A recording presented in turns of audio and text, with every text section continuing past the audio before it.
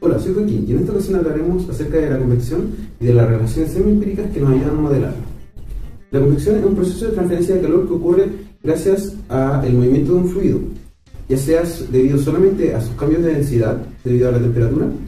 como es el caso de la convección natural, o debido a que este fluido tenga alguna velocidad, como es el caso de la convección forzada. La convección se escribe en términos generales gracias a esta relación, donde H es el coeficiente de convección, A sub S es el área superficial del cuerpo, T sub S es la temperatura superficial y T sub infinito es la temperatura del flujo o fluido. De estos términos, tanto la temperatura como el área superficial se pueden medir de una forma relativamente simple, pero para obtener el valor del coeficiente de convección es un poco más complicado, y para esto se utilizan relaciones semiempíricas que nos permiten relacionar otras propiedades del fluido junto con el coeficiente de convección. Principalmente se utiliza el número de Nusselt, el cual se define como el coeficiente de convección multiplicado por un largo característico dividido en la conductividad térmica del fluido. Mediante el análisis de las ecuaciones de Navier-Stokes y de experimentos se puede obtener relaciones que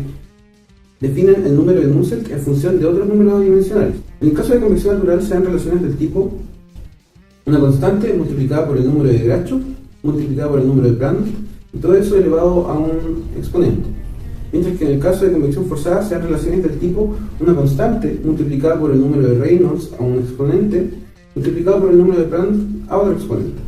Las constantes y los exponentes se obtienen para cada caso en particular, ya sea, como dije anteriormente, analizando las ecuaciones de Navier-Stokes o haciendo experimentos. En el caso de estudiar, para mostrar el uso de estos números dimensionales y relaciones semiempíricas,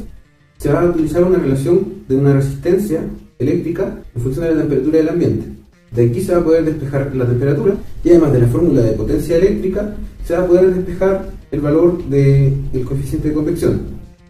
y de aquí se va a poder después obtener la velocidad del flujo. Un anemómetro de hilo caliente basa su funcionamiento en el cambio del voltaje en el filamento necesario para mantener su temperatura constante, lo que hace variar su resistencia cumpliendo con la relación que se presenta al final de este enunciado, donde A es igual a 0.006 grados Celsius a la menos 1. El filamento es de largo 0.15 metros, diámetro de 0.025 milímetros y su resistividad eléctrica es de 70 microohm por centímetro. Se sabe que para un cierto flujo se registra una corriente de 56 mA y un voltaje de 13.4 volts, manteniendo una temperatura de 40 grados Celsius. La relación mencionada en el enunciado de la resistencia en función de la temperatura es esta,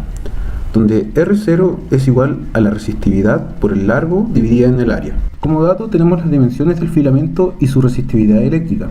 por lo cual podemos calcular R0 obteniendo un valor de 213.9 ohm. Ahora, para el valor de R lo podemos calcular también como el voltaje partido del amperaje,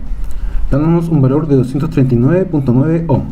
Teniendo el valor de la resistencia y de R0, ahora podemos utilizar la fórmula original para poder despejar la temperatura del ambiente, dándonos como resultado que esta es de 20,2 grados Celsius. Teniendo la temperatura ambiente se puede obtener la temperatura de película, que es a la cual se obtienen todas las propiedades del flujo, y se calcula como el promedio entre la temperatura superficial y la temperatura ambiente, dándonos un resultado de aproximadamente 30 grados Celsius. Con esto se obtiene que el número de Prandtl del fluido va a ser 0.7282, su conductividad térmica va a ser de 0.02588 watts por metro y su viscosidad cinemática de 1.608 por 10 a la menos 5 metro cuadrado por tío por segundo. Ahora, como conocemos la temperatura ambiente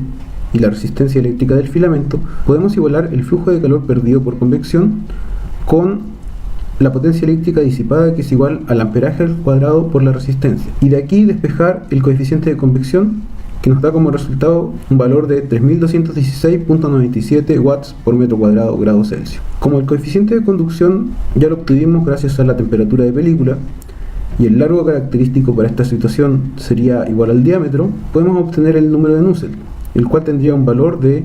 3.107. Como ya conocemos el número de Nusselt, podemos despejar desde la fórmula semiempírica el valor del número de Reynolds, haciendo falta solamente saber el valor de los coeficientes. Para esto se va a asumir de que el número de Reynolds está entre 4 y 40, dándonos que la constante C es 0.911, el exponente M es de 0.385 y la geometría nos da de que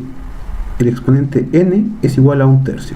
Por lo tanto, el número de Reynolds en este caso sería de 31.86, el cual se encuentra dentro del rango que asumimos, por lo cual se puede considerar correcto, y a la vez sabemos que el número de Reynolds es igual a la velocidad del flujo por una longitud característica, que en este caso va a ser el diámetro, dividida en la viscosidad cinemática del fluido. Así que despejamos de aquí el valor de la velocidad, obteniendo que el flujo tiene una velocidad de 20.5 metros por segundo. Este proceso nos permite obtener tanto la temperatura de un flujo como su velocidad sin medirlos directamente, sino que solamente sabiendo sus efectos sobre un filamento caliente. Esto resulta muy útil para generar instrumentos de medición, los cuales tienen una gran precisión y que para calcular estas magnitudes utilizan un proceso muy similar. En el caso de que el número de Reynolds no hubiera estado dentro del rango que se asumió en un momento, simplemente se cambiaban los exponentes por algún otro rango que podríamos haber asumido, haciendo una suerte de proceso iterativo hasta llegar a un resultado coherente.